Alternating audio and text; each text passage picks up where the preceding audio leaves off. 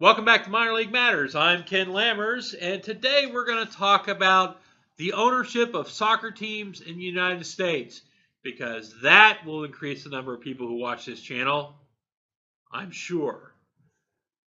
Anyway, let's get cracking.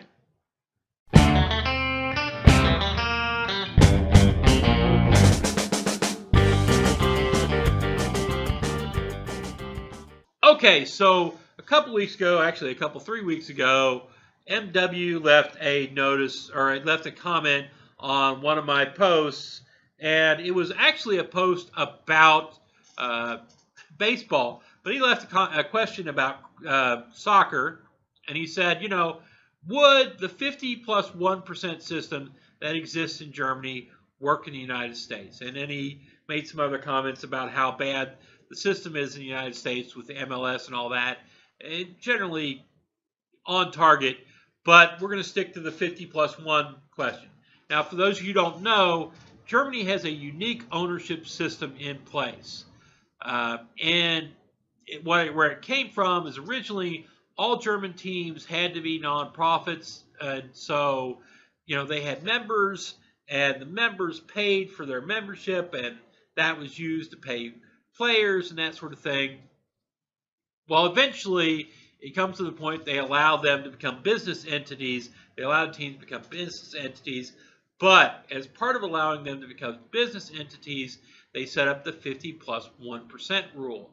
And the 50 plus 1% rule says that the team itself must own 51% of its own shares.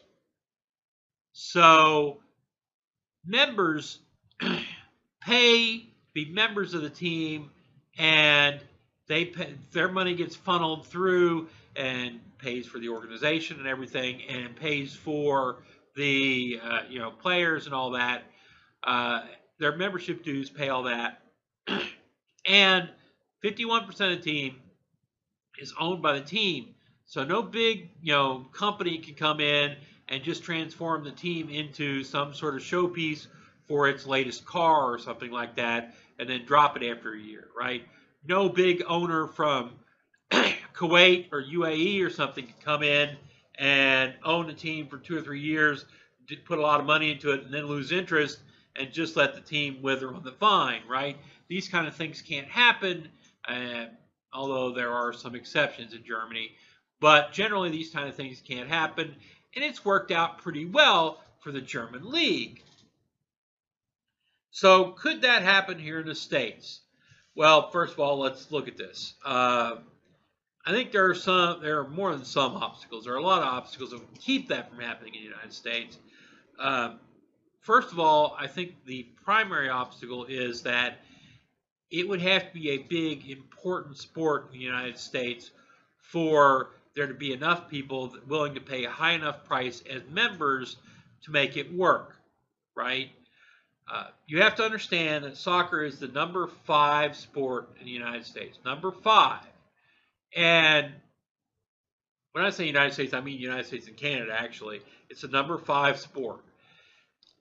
It is behind, basketball, baseball, and football American football are light years above soccer. They're just way up there. Soccer is going to be years and decades before it can get anywhere near those levels. So hockey's number 4, and hockey's going to stay number 4, if not move up to number 3 someday, because the entire country of Canada shuts down on Saturday night, which they call Hockey Night in Canada, and every single one of them watches hockey. And in northern states of the United States, hockey has been a popular sport for a while, and it has moved south, and those of us in further southern states have looked around and went, that's an interesting game. It's a lot like soccer, except it's 4 or 5 times faster, and there's more action, and there's some violence, and wow, this is an interesting game, right? And then you have soccer, which was forced upon Americans, and which a lot of Americans still couldn't care less about, actually. And Soccer was created in 1995, I think. It was created, the MLS was created because the United States wanted the World Cup for business reasons, really. So it promised to make Major League Soccer because the United States #1 league had collapsed, gone. And so they made the MLS. Some guys put a lot of money into non-profitable organization for a long time, and eventually it worked up to being profitable and having some fans. But there are not enough fans in the United States of soccer that I think you could, across the board, set up a 50+1 system. You could probably do it in Seattle. Right now, maybe Atlanta, maybe Cincinnati, Portland perhaps. And that might be it. And there are plenty more teams than that. So I'm not seeing where the 50+1 would really be a viable strategy for many teams who want to remain financially solvent. Okay, so I don't think it's viable because of that reason. I know it's not viable because of the way ownership is set up in the United States. Ownership in the United States, as I understand it, is the MLS owner of a team doesn't really own the team per se. He owns the team's voting rights in the MLS. The MLS doesn't franchise out teams. It owns them wholly, and the owner, it becomes a voting member after he pays $1 gazillion to be able to vote on what goes on in the MLS. Hence, an owner can't just decide he's moving the Columbus Crew from Columbus to Austin. He has to get approval from MLS. And boy, that was a soap opera. And I'm just going to leave that one alone. Anybody wants to, you can look all that silliness up.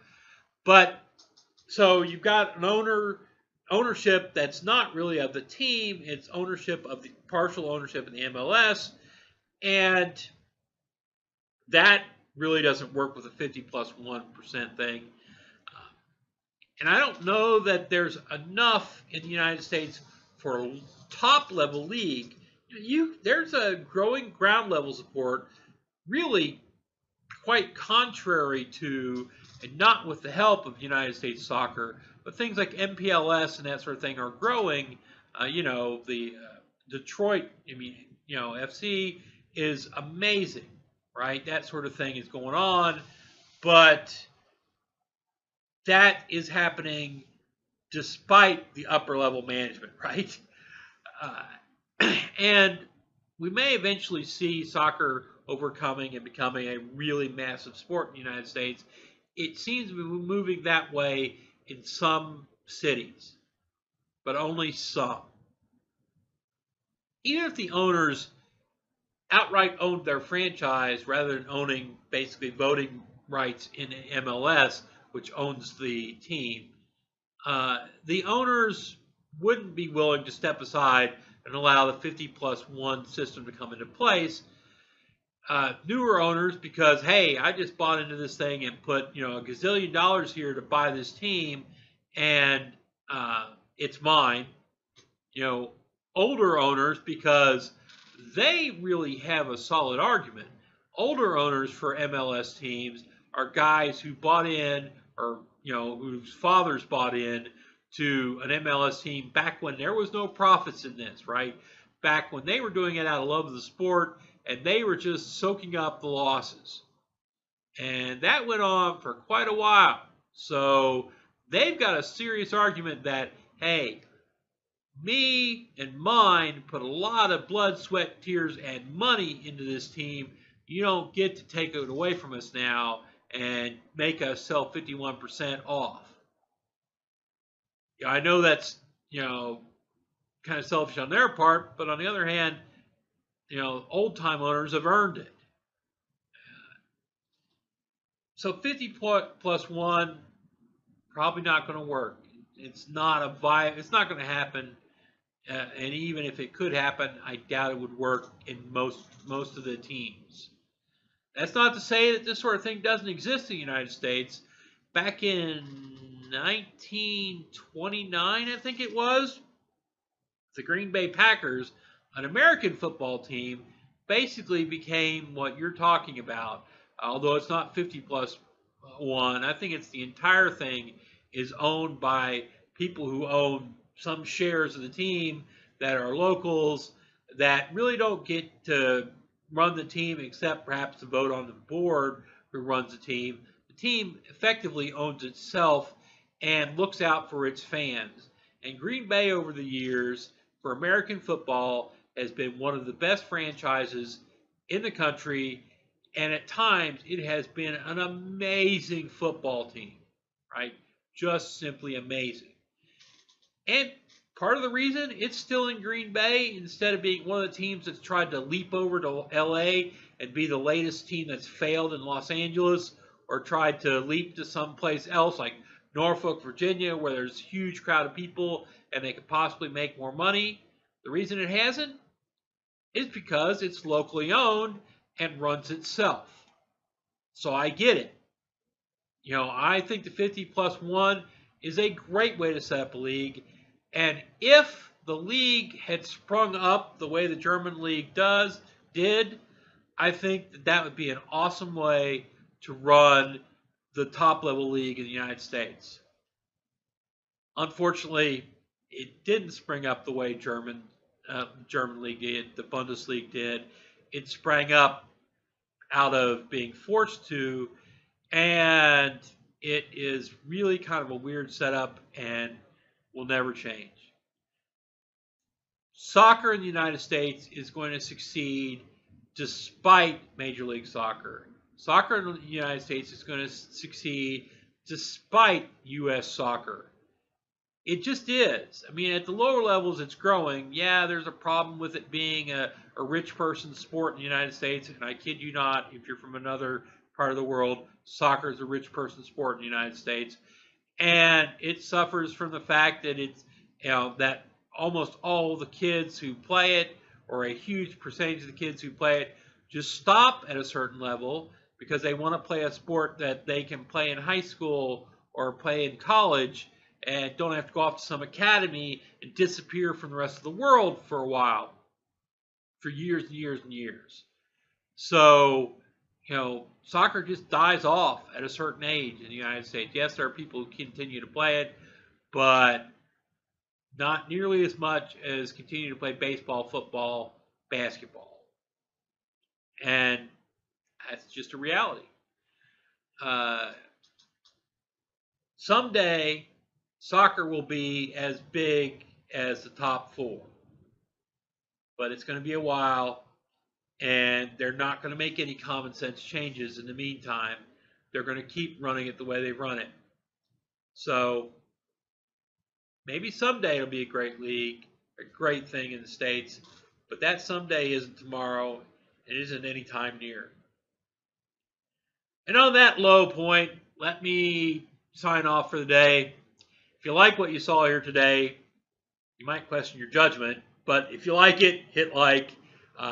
If you like what you see around here generally, hit the subscribe button wherever that's at, and then hit the bell wherever that's at, because apparently if you subscribe, that's not enough. You got to hit the bell, otherwise they might not let you know that I've actually put up a video.